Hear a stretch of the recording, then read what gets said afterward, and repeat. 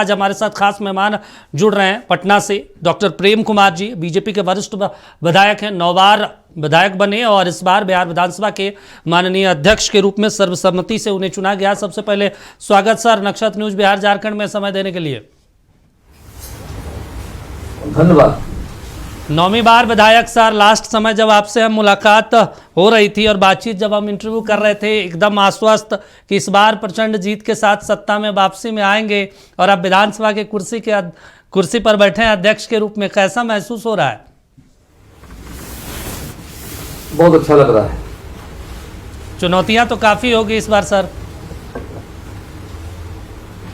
हम चुनौतियों को अवसर में बदले हैं।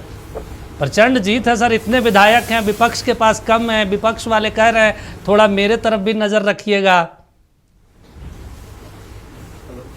सबको विश्वास में लेकर चलूंगा। सत्ता प्रतिपक्ष लोकतंत्र के 2 पहिए, सत्ता विपक्ष दोनों का सम्मान आदर के साथ सबको विश्वास में लेकर के बिहार विधानसभा प्रक्रिया तथा कार्यसंचालन नियमावली के तहत सदन को चलाया जाएगा। अच्छा, जब हम लोगों से बातचीत कर रहे थे कि आज माननीय अध्यक्ष महोदय जुड़ेंगे, उनसे हम बातचीत करेंगे, तो कई लोग ये सवाल पूछ रहे थे कि अध्यक्ष जी जब जुड़े तो उनसे पूछिएगा कि जब पहली बार उनको बताया गया कि अब आप बिहार विधानसभा के अध्यक्ष बनने जा रहे हैं, कैसा महसूस हो रहा था उन्हें?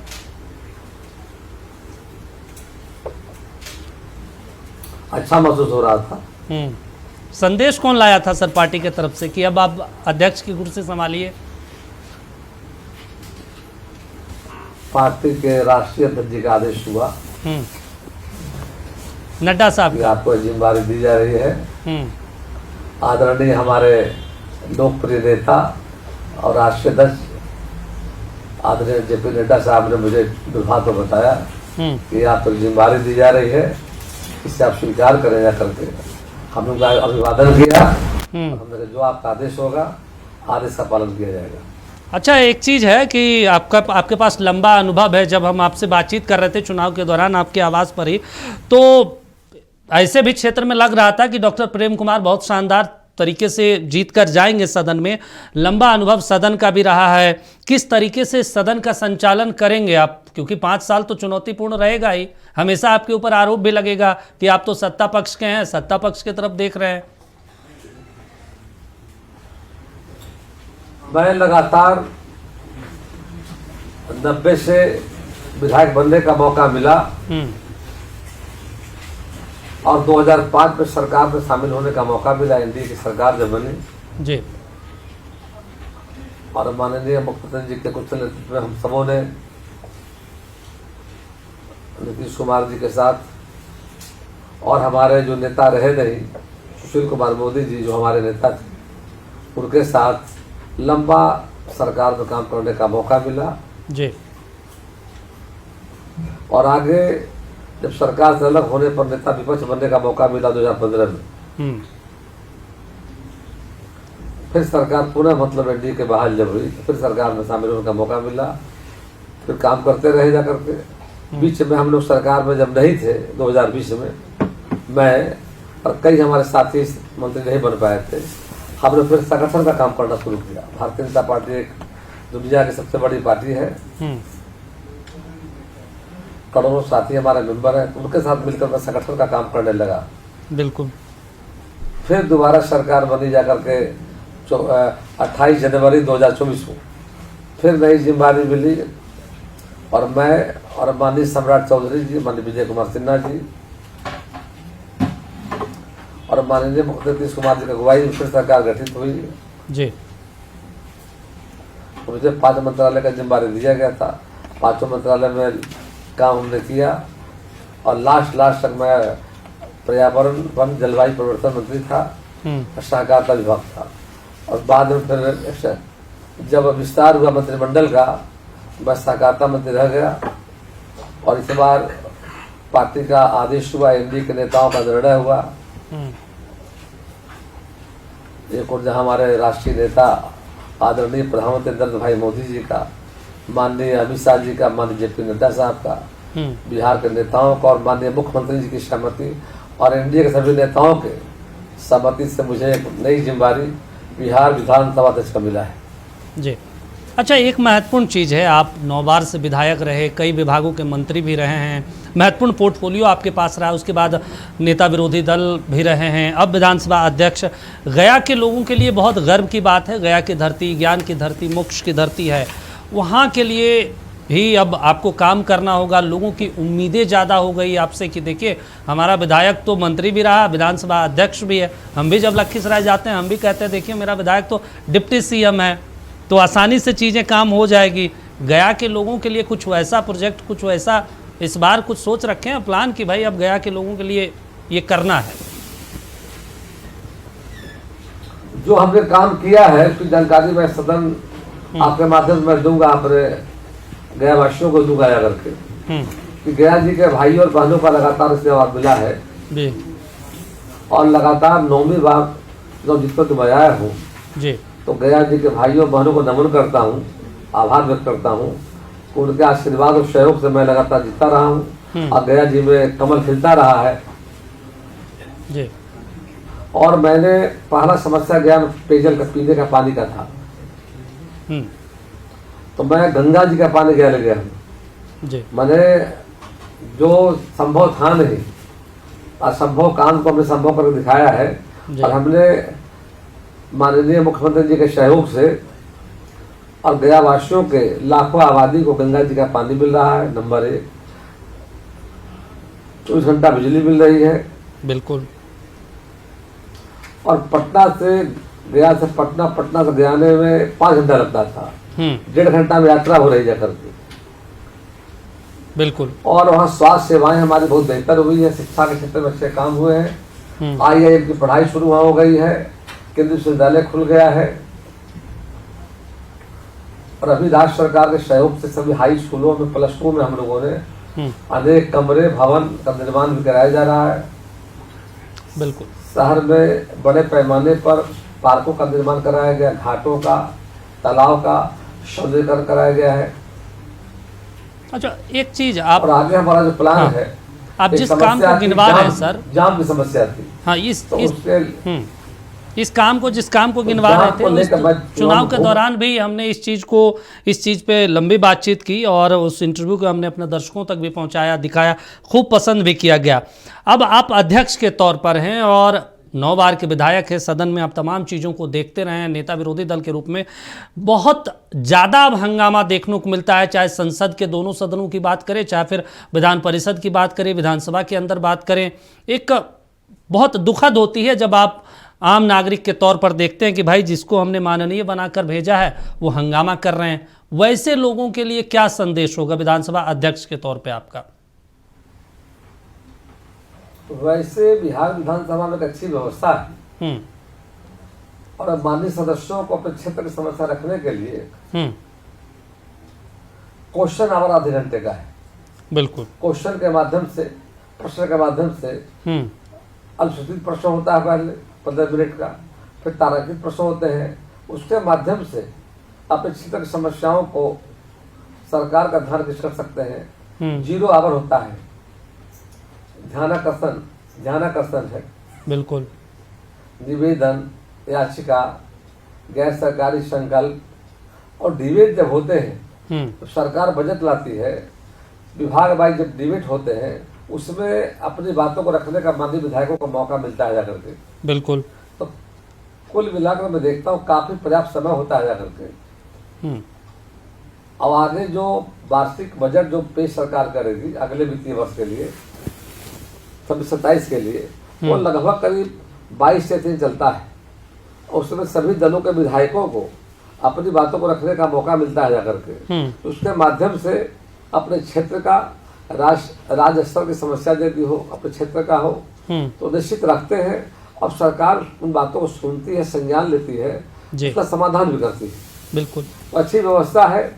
और एक बार हमने विचार किया है सभी माननीय विधायकों को एक बार वर्कशॉप करा करके उनको ट्रेंड करेंगे कि बिहार विधानसभा प्रक्रिया तथा कार्य संचालन नियमावली है उसको वो लैस करेंगे ताकि आने वाले समय में वो उस प्रक्रिया कार्य संचालन नियमावली के तहत निश्चित तौर पर अपने क्षेत्र की समस्याओं की तरफ सरकार का ध्यान खिंचाएंगे ताकि उस क्षेत्र की समस्या का समाधान होगा। हमारे साथ डॉक्टर प्रेम जी, बिहार विधानसभा अध्यक्ष, जुड़े हुए हैं। उनसे हम कई सवालों को लेकर हमने उनसे जानने का प्रयास किया। प्रेम जी, एक और बड़ा महत्वपूर्ण सवाल है, इस बार जो जीत मिली है एनडीए की, क्योंकि राजनीतिक सवाल है और एक 202 सीटें, इसका अंदाजा था क्या एनडीए के नेताओं को कि भाई इतना बड़ा प्रचंड जीत हो सकता है बिहार में इतने सालों में सत्ता चलाने के बाद?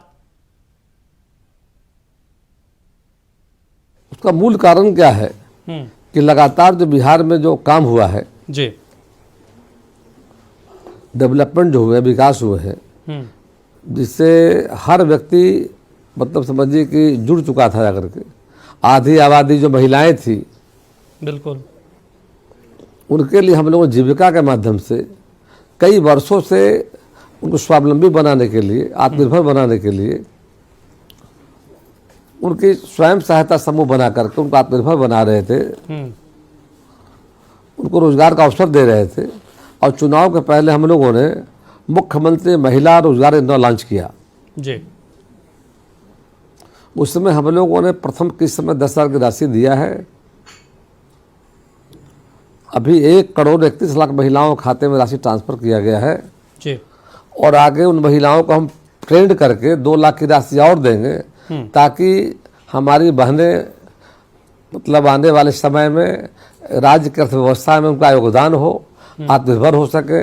इस सरकार की योजना आगे भी जारी रहेगी जाकर के, जो हमने वायदे किए जाकर के। दूसरा है कि सड़कों का जाल बिछा बिहार में, यात्रा सुगम हुआ, बिल्कुल, यात्रा और पुलों पर, नदियों पर बड़े बड़े पुल बनाए गए, कानून का राज स्थापित हुआ, राज्य में मतलब शांति बहाल हुई जाकर के, शिक्षा व्यवस्था, स्वास्थ्य व्यवस्था बेहतर हुई जाकर के, किसानों के लिए सिंचाई का बेहतर प्रबंध हुआ, किसानों का उत्पादन बढ़ा। हमने सरकार में आने के बाद कृषि रोड मैप लाने का काम किया, बिल्कुल, उससे किसानों की आय बढ़ी, उत्पादन बढ़ा। और माननीय प्रधानमंत्री जी ने बिहार में मुझे अवसर मिला कृषि कर्मण अवार्ड 3 दिन प्राप्त करने का। और बिहार में इस तरह से जो काम हुए हैं तो उसको जनता ने इस बात को देखा कि सरकार पहले भी थी, 50 साल कांग्रेस राज की, 15 साल लालू जी का राज रहा जाकर के। बिहार अंधेरे का बिहार था, गड्ढे का बिहार था, कानून का राज बिहार में नहीं था करके, जिसे जनता उब चुकी थी और बिहार में परिवर्तन हुआ था। बिल्कुल, और हमें मौका मिला एनडीए को सरकार चलाने का। नीतीश कुमार की अगुवाई में भारतीय जनता पार्टी जदयू की सरकार बनी और हम लोगों ने जनता के विश्वास पर खरा उतरने का काम किया। बिल्कुल, और दूसरी ओर केंद्र में माननीय प्रधानमंत्री नरेंद्र भाई मोदी जी की अगुवाई में लगातार बिहार को रेलवे के क्षेत्र में, नेशनल हाईवे, स्वास्थ्य, शिक्षा, सिंचाई, हर सेक्टर में जो भारत सरकार का लगातार जो मदद मिला, उससे बिहार की तस्वीर बदलने लगी जाकर के। ठीक है सर। और बिहार सरकार का अपना जो बजट होता था, एक समय था तो सरकार में हम नहीं थे, 2005 से पहले बिहार सरकार का बजट होता था 25,000 करोड़ का होता था। बिल्कुल, आज बजट जो है 3,17,000 करोड़ बजट हमारा है। वाकई में बदलाव तो हुआ है सर बिहार में, इसमें और कोई दो राय माननीय नहीं। प्रधानमंत्री का जो मंत्र है, सबका साथ, सबका विकास, सबका विश्वास। अच्छा, एक सबके प्रयास के रास्ते पर आज बिहार बदल रहा है। और माननीय नीतीश कुमार की अगुवाई में न्याय के साथ विकास के रास्ते पर बिहार आगे बढ़ रहा है। अध्यक्ष, एक और सवाल है। देखिए, आप लोग और एनडीए के सबको लेकर चलने का प्रयास कर रहे हैं। एनडीए के नेता हैं तो जाहिर सी बात है आप तमाम राज्य चीजों की को जनता ने गिनवाएंगे हमारे और विकास पर मुहर लगाई है। आप लोग एनडीए के नेता हैं अध्यक्ष जी, तो आप लोग गिनवाएंगे और गिनवाना भी चाहिए तमाम नेताओं कार्यकर्ताओं को। एक बड़ा सवाल है अध्यक्ष के तौर पे, हम आपसे समझना चाहते हैं, जानना चाहते हैं और बिहार की पूरी जनता जानना चाहती है जो आपके इस कार्यक्रम को देख रहे। राज्यपाल के अभिभाषण के दौरान नेता प्रतिपक्ष तेजस्वी यादव गायब थे। क्या बिहार के इतिहास में कभी ऐसा हुआ बहुत है दुखद, या होना चाहिए था? मैं तो लगातार करीब 35 वर्षों सदन का सदस्य हूं, लेकिन ऐसा कभी मैंने नहीं देखा था, पहली बार मैं देख रहा हूँ जाकर के कि जब हाउस चल रहा हो बिल्कुल और नेता प्रतिपक्ष न रहे जाकर के, ये लोकतंत्र के अच्छा नहीं है। लोकतंत्र खूबसूरती है सत्ता प्रतिपक्ष, बिल्कुल उनको इन मौके पर जरूर रहना चाहिए था, उनका नहीं रहना एक अच्छा मैसेज नहीं गया है। जी अच्छा, आज जब और मैं पहली बार देख रहा हूँ कि जी सर कंटिन्यू कीजिए कि सर। नई सरकार जब बनी और नई सरकार बनने के बाद सभी दल के लोग थे, सभी माननीय विधायक थे, जी तो निश्चित तौर पर नेता प्रतिपक्ष को भी रहना चाहिए था। लेकिन हम लोग को जो टेलीविजन अखबार समाचार मिली है कि चले गए यूरोप के दौरे पर, तो बिहार की जनता को छोड़ करके, जिस जनता ने उनको मतलब भारी समझिए कि मत दिया जा करके सरकार हमारी बनी, हम बहुमत में आए, जी। उनको भी लोगों ने सपोर्ट दिया, किया। बिल्कुल। लेकिन उन्होंने मतलब जो एक जिम्मेदारी मिली, जिम्मेदारी से भाग रहे हैं, जो मैं देख रहा हूँ। अच्छा, आज एक इंटरव्यू में वो कह रहे थे कि बिहार में लोकतंत्र की हार हुई है, मशीनरी की जीत हुई है, ईवीएम की जीत हुई है। नेता प्रतिपक्ष का इस तरह का बयान होना लोकतंत्र में कहीं ना कहीं लोकतंत्र को कमजोर करता है सर? बिल्कुल, चुनाव आयोग ने बहुत ईमानदारी पूर्वक निष्पक्षता के साथ बिहार का चुनाव कराया और पहली बार ऐसा हुआ कि कहीं पर पुनर्मतदान की नौबत नहीं आई, वाकई में, और बहुत शांतिपूर्वक हुआ और हम लोगों ने हिस्सा लिया चुनाव में जाकर के, कहीं कुछ शिकायत नहीं आई जाकर के। तो बिना प्रमाण के इलेक्शन कमीशन के बारे में बोलना मैं समझता हूँ उचित है नहीं जाकर के। एक ऑटोनमस बॉडी है जो निष्पक्ष चुनाव कराता है जाकर के, और एक संवैधानिक संस्था के प्रति इन सवाल को उठाना जाकर के ये लोकतंत्र का अपमान मैं मानता हूँ जाकर के। है यदि तो प्रमाण पेश करना चाहिए जी। यदि अच्छा हाँ अध्यक्ष जी, एक और बिना प्रमाण के सवाल उठाना उचित नहीं है। अच्छा अध्यक्ष जी, एक और सवाल है। बहुत लोग हमसे कह रहे थे कि हम लोग भी जब विधानसभा की कार्रवाई को देखते हैं तो लाइव टेलीकास्ट आप लोगों के डिजिटल मीडिया के माध्यम से होता है, लेकिन कई विधायक कह रहे थे कि भाई अध्यक्ष जी से बातचीत हो तो कभी इस चीज़ के लिए आग्रह कीजिएगा कि उनका क्लिपिंग सिस्टम सेट हो। भाई जो विधायक बोल रहे हैं उसका अलग अलग से, जैसे संसद के वेबसाइट पे, संसद के यूट्यूब चैनल पे डाला जाता है, संसद टीवी पे, उसी तरीके से बिहार विधानसभा में भी हो तो लोग आसानी से अपने विधायकों को सुन सकते हैं। ऐसी प्रक्रिया शुरुआत करेंगे आप लोग? निश्चित तौर पर जरूर पूरा सिस्टम को डिजिटल किया गया है, लाइव टेलीकास्ट किया जा रहा है जी। और जो लोकसभा में और राज्यसभा में जी व्यवस्था है उसे यहाँ भी लागू किया जाएगा। अच्छा, एक और नए जो विधायक चुन कर आए, इस बार बड़ी संख्या में विधायक आए, उनको आप संदेश क्या देना चाहेंगे? उनसे जनता की काफी उम्मीद है और मुझे विश्वास है कि नए नवनिर्वाचित विधायक जो हमारे आए हैं जी, अपने क्षेत्र की समस्या हो जी, और लोगों ने, जनता ने विश्वास जताया उन पर है, उस पर खरा उतरने का काम करेंगे। और मैं बिहार विधानसभा अध्यक्ष के नाते सभी नवनिर्वाचित माननीय सदस्यों को उनका हम एक वर्कशॉप करा करके और उनको लैस करेंगे कि बिहार विधानसभा प्रक्रिया तथा कार्य नियमावली क्या है जी, उसके पूरी जानकारी हो, ताकि बेहतर तरीके से विधायी कार्यों के माध्यम से अपने क्षेत्र की बातों को रख पाएं, उसका समाधान करा पाए जाकर के। बिल्कुल, तो उससे एक अच्छा संदेश जाएगा हम लोगों में जाकर के। चलिए शुक्रिया। तो मैं इस दिशा में मैं जल्दी ही मतलब मैंने विभाग को आदेश दिया है कि वर्कशॉप का एक संचिका बढ़ रही है और जल्दी उनको हम नए पुराने दोनों को मिला करके और 2-3 दिन का एक वर्कशॉप कराएंगे और सब तक सबको जानकारी मिलेगी कि हमें विधानसभा में आने के बाद अपने क्षेत्र की जनता के लिए, क्षेत्र की समस्याओं के लेकर के बातों को किस माध्यम से रख पाएंगे जी, ताकि उन क्षेत्र के नागरिक भी देख पाएंगे, वहाँ के लोग भी देख पाएंगे। हमारे माननीय विधायक के द्वारा असेंबली में क्वेश्चन आवर, जीरो आवर, ध्यानाकर्षण, गैर सरकारी संकल्प, निवेदन, याचिका, ये सारी सिस्टम जो है उससे जुड़ करके और अच्छा अपना परफॉर्मेंस कर सके, जिससे उनका भविष्य और अच्छा हो और क्षेत्र के लोगों को बेहतर सेवा दे सके। चलिए ठीक है सर, शुक्रिया अपना कीमती समय निकालकर हमारे नक्षत्र न्यूज़ बिहार झारखंड को देने के लिए और ख़ास बातचीत करने के लिए शुक्रिया।